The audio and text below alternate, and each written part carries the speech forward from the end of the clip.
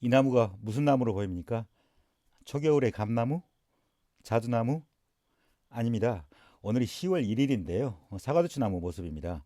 녹병이 걸려서 대추나무 잎도 그리고 열렸던 대추도 거의 다 떨어져 버린 상태입니다. 대추나무 녹병. 아주 무서운 병이죠.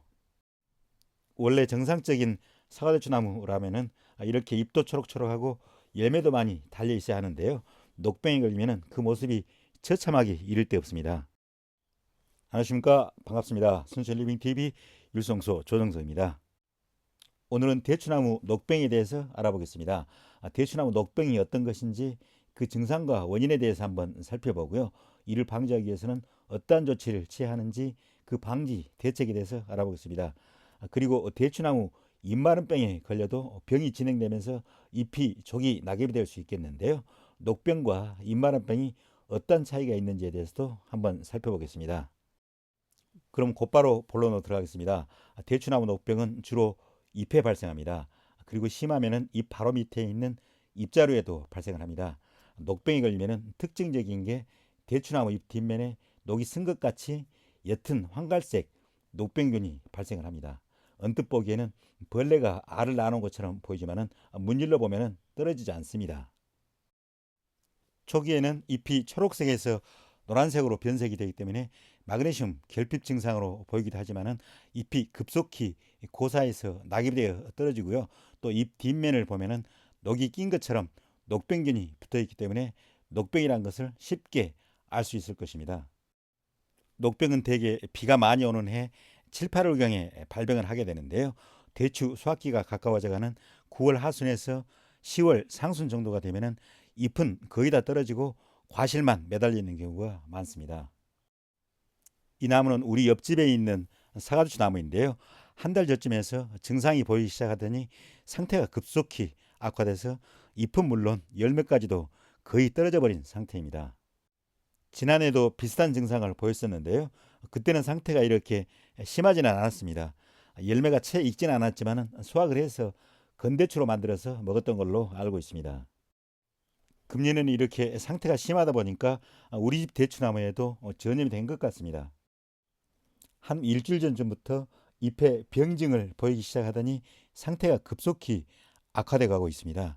지난해에는 녹병 방제를 특별히 해주지는 않았지만은 한 달에 두 번씩 병충해 방제를 꼬박꼬박 해주었기 때문에 별 문제가 없었는데 금년엔 긴 장마로 해서 열매가 거의 맺히지 않았기 때문에 병충해 방제를 거의 하지 않았습니다. 그래서 녹병 전염이 되지 않았나 그렇게 생각합니다. 지금은 거의 수확철이 돼서 녹병 방제를 하기에는 뒤늦은 감이 없지 않겠지만은 녹병 방제 방법에 대해서 말씀드리겠습니다. 녹병이 발생하면은 발생 초기에 적용약제를 10일 정도 간격으로 3회 정도 살펴주시면 되겠습니다. 적용약제로는 실바코, 아미스타탑, 일등탄, 스토로비 등 다양한 약제가 나와 있습니다. 실바코와 아미스타탑, 일등탄은 사과, 포도, 복분자나무 등 다양한 과일나무의 탄저병 약으로 많이 쓰이는 농약이고요. 또 스트로비는 사과와 포도, 갈반병 약으로도 쓰이고 자두와 체리, 매실나무 등의 잿빛무늬병 약으로도 많이 쓰이는 농약입니다. 따라서 이러한 농약을 사놓으면 다른 용도로도 많이 사용할 수 있을 것으로 봅니다. 그리고 이러한 농약은 상품에 따라서 좀 다르긴 하지만은 수확 전 14일 또는 21일 전까지 살포를 마쳐야 합니다. 이 녹병은 한 번 발생하면 다음해에도 발생할 가능성이 아주 높습니다. 따라서 땅에 떨어진 낙엽들을 모아서 소각을 시키거나 땅에 묻어줘야 합니다. 그리고 월동 병해충 방제 대책으로 2월경에 석회용합제를 필히 살포해서 병원균 밀도를 감소시켜줘야 합니다. 그럼 지금부터는 입마름병에 대해서 간단히 말씀드리겠습니다. 입마름병도 주로 잎에 발생을 합니다. 병징을 살펴보면 처음에는 잎의 표면에 갈색의 원형 병반이 나타나고 점차 진전되면서 갈색의 부정형 병반으로 확대됩니다.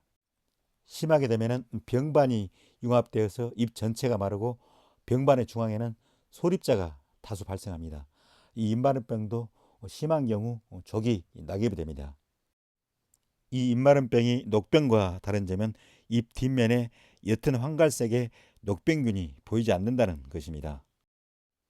이 입마름병은 배수가 불량하고 질소질 비료를 과다하게 사용하는 경우 많이 발생하는 것으로 알려져 있습니다.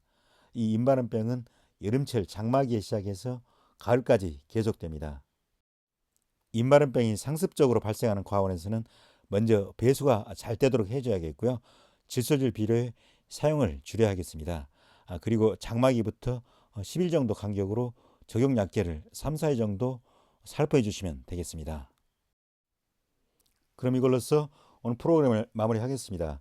늘 제 수천 리빙 TV를 시청해 주셔서 고맙고요. 오늘 하루도 즐겁고 행복한 시간 되시기 바랍니다. 감사합니다.